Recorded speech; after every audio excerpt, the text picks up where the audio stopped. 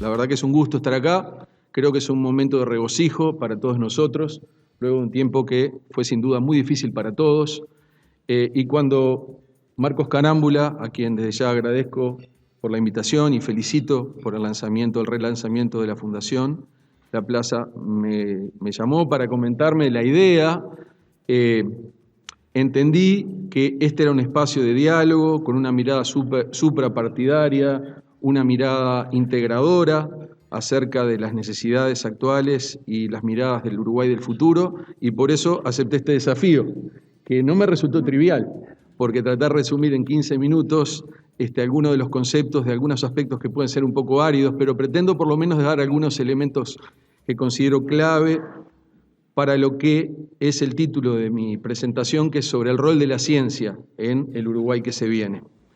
Voy a dividir en 3 bloques cortos. El primer bloque es acerca de la naturaleza de la ciencia y el quehacer científico.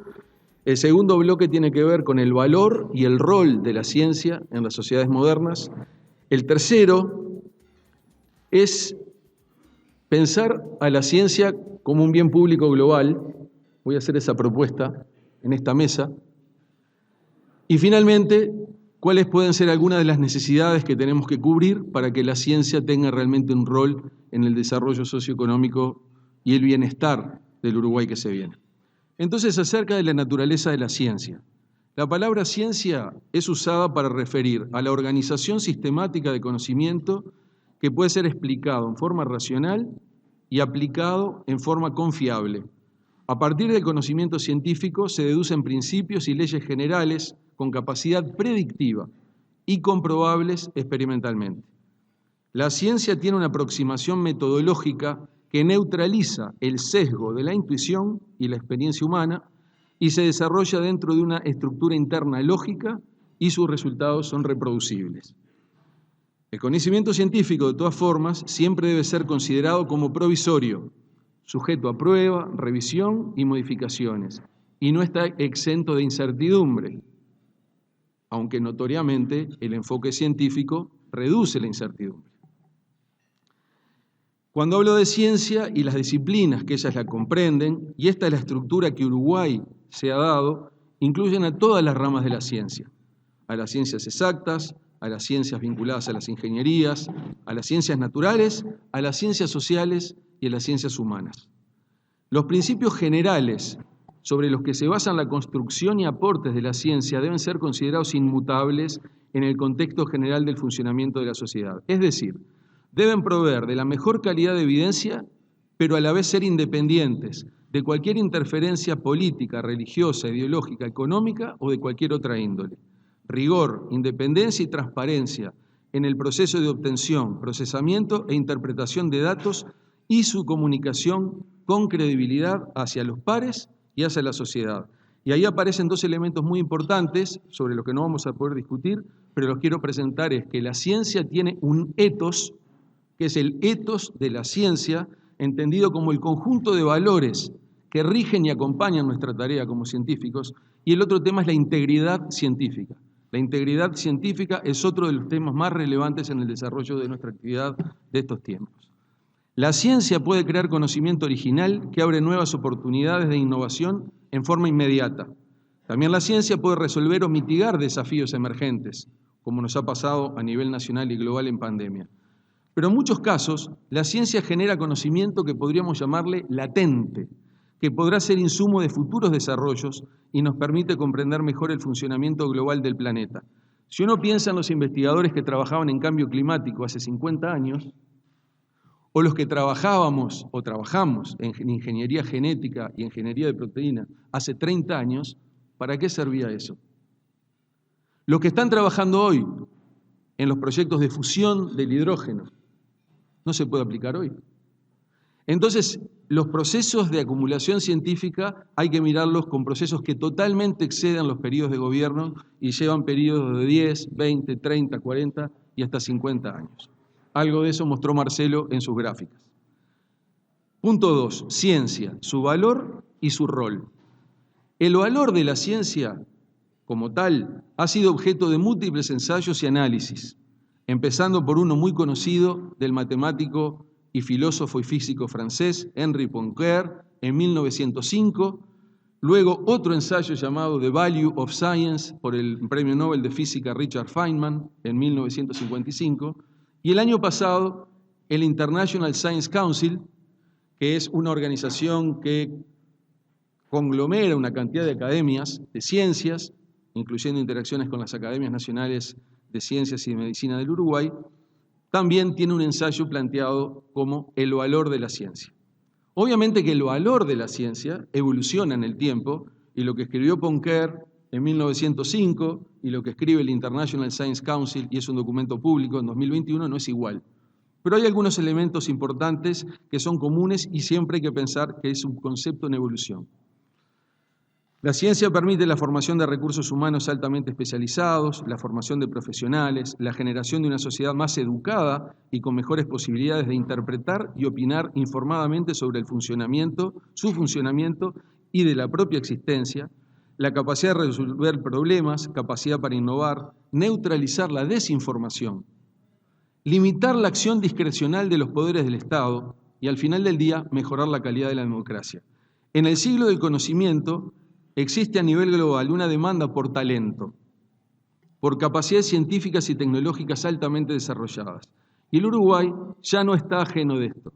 Y en diversas áreas del conocimiento es objeto de análisis y preocupación, tanto del sector académico como del sector político en Uruguay.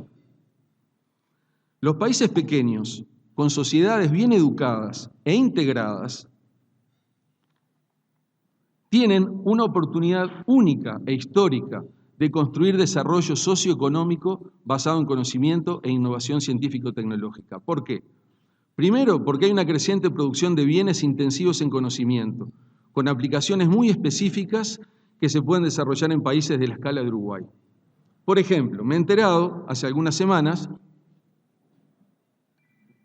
que algunos de nuestros mejores matemáticos jóvenes están siendo incorporados en empresas uruguayas, a empresas que trabajan en inteligencia artificial, Big Data, Machine Learning. Algo que incorporar matemáticos al sector privado hasta hace muy poco era algo utópico y lo que pasaba era que migraban. Esto se podría ampliar a todo el espectro de las ciencias que se desarrollan en Uruguay, notoriamente las ciencias de la vida.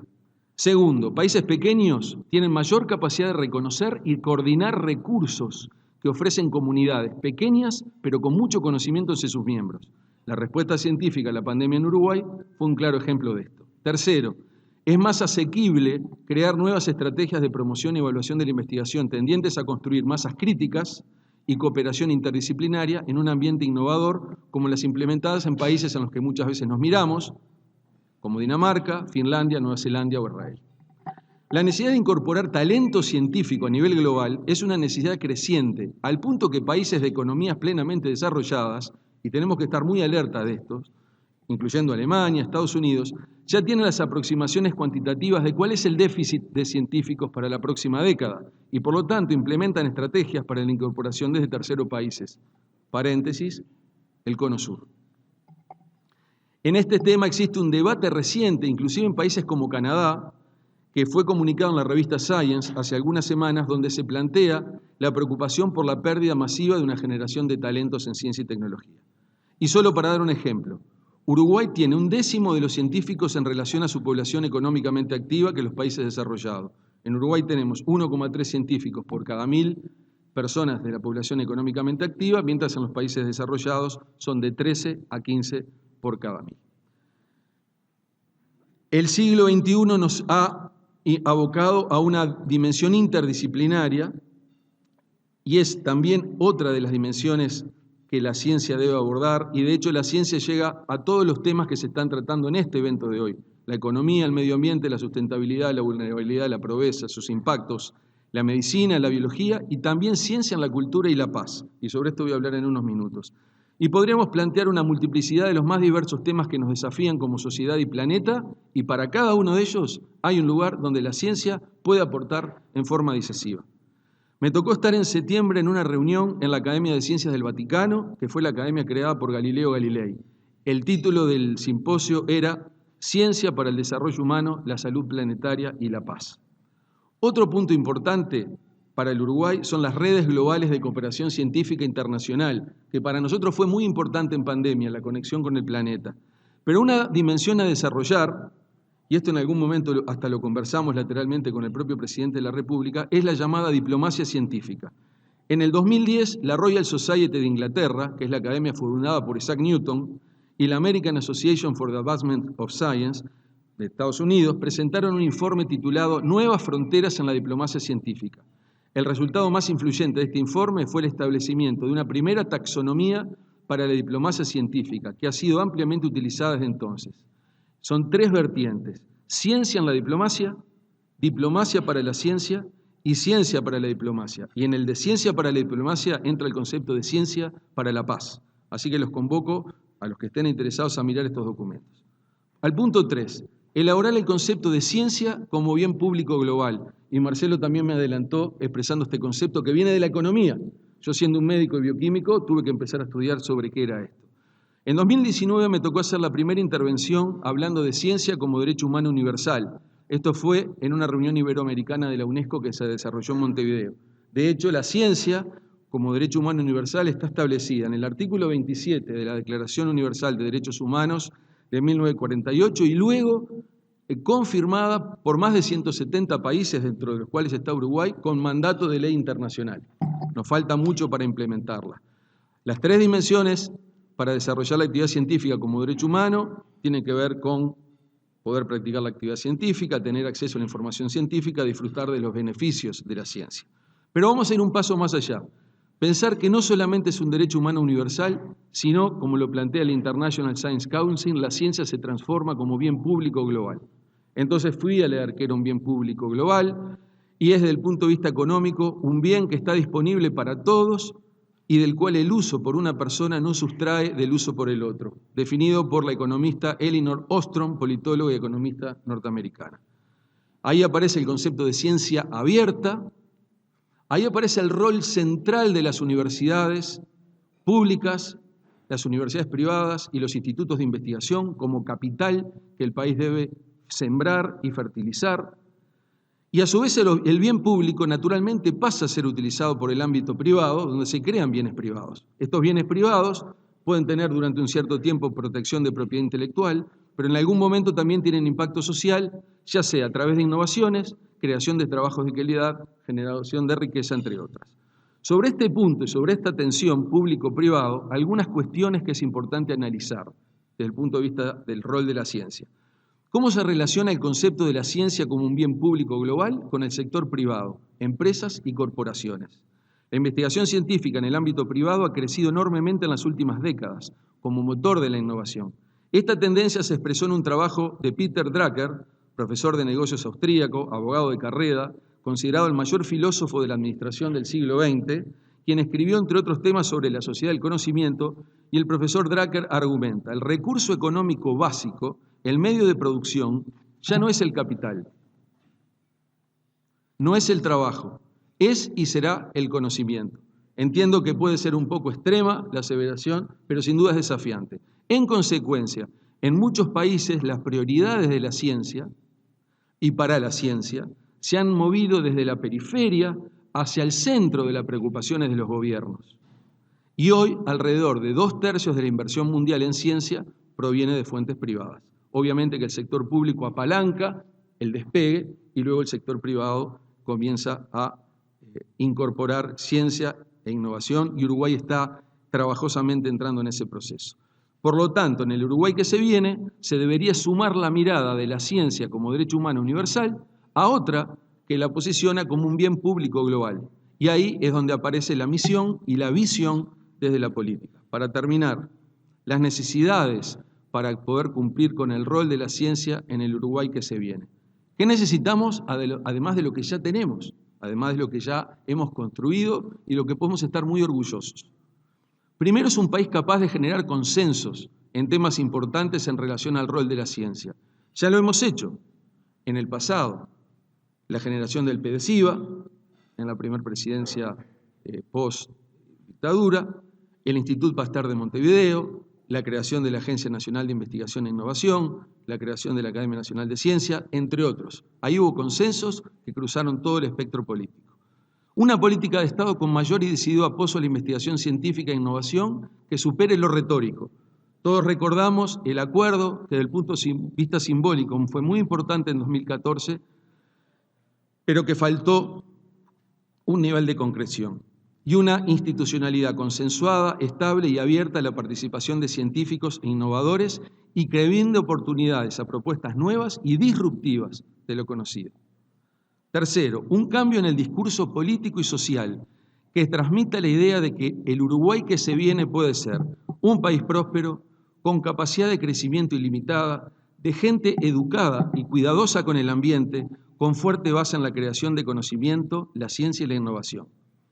Establecer, por lo tanto, un contrato social para la ciencia, identificando en ella y al sistema científico en su conjunto, científicos, universidades, instituciones de investigación, como motores del desarrollo y del bienestar nacional, y construir conjuntamente horizontes de desarrollo científico y su aporte social de mediano y largo plazo.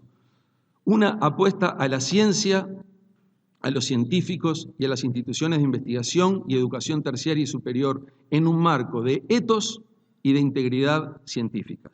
Un contrato social de una densidad, no estoy hablando de tamaño, estoy hablando de densidad, similar al que tenemos con la educación y la salud, por nombrar dos áreas cruciales para el desarrollo del país. En este sentido, no nos debe ser ajeno que hay un creciente reconocimiento a nivel mundial en muchos países en vías de desarrollo o recientemente ingresados al mundo desarrollado, desde la India a Corea del Sur, sobre el concepto de ciencia y tecnología en el nation building, o sea, ciencia y tecnología en la construcción de la nación.